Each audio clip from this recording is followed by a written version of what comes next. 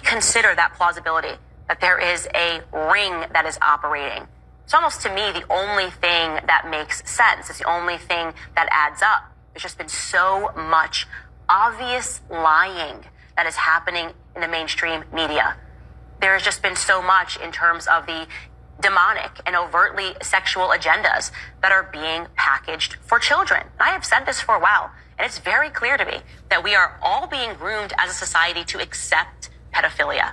That they're just going, this is totally fine. That seems to be coming down the pipeline. It's clear that there are politicians that are passing pieces of legislation through to support this perverted agenda. It's clear that the celebrities are supporting a perverted agenda. The music makers, well, maybe every single one of them, these individuals, are being blackmailed. Again, I think that is the only thing that makes perfect sense. And that's all I'm going to say about that. It seems like Diddy's freak-offs don't just serve him. They serve an entire ring. I wonder if a lot of these artists are existing within this blackmail ring. And also, where have we heard this before?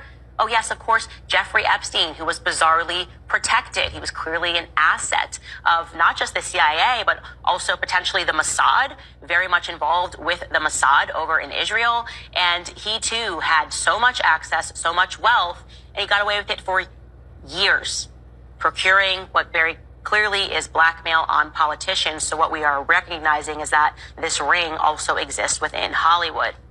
Explosive allegation number 3 was that there's even a Ghislaine Maxwell, so to speak, a madame, and that is the other woman that is listed in this lawsuit. His chief of staff, Christina Karam. I don't know how journalists aren't interested in figuring out who this woman is.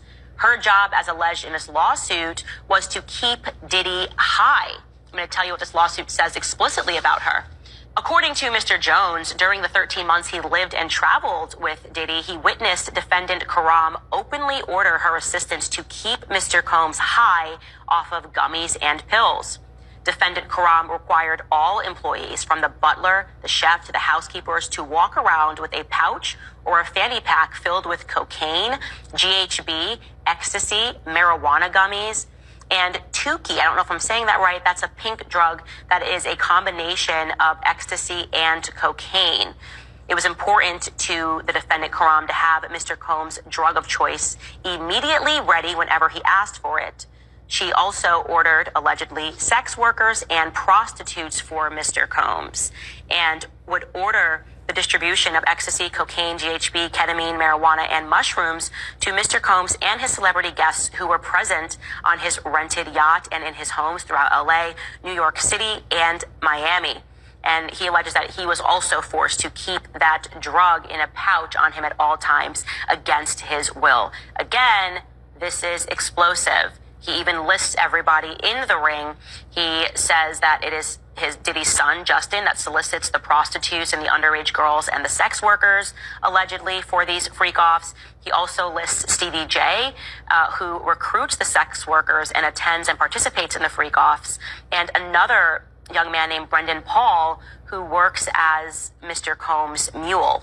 He acquires and distributes all of the drugs and the guns.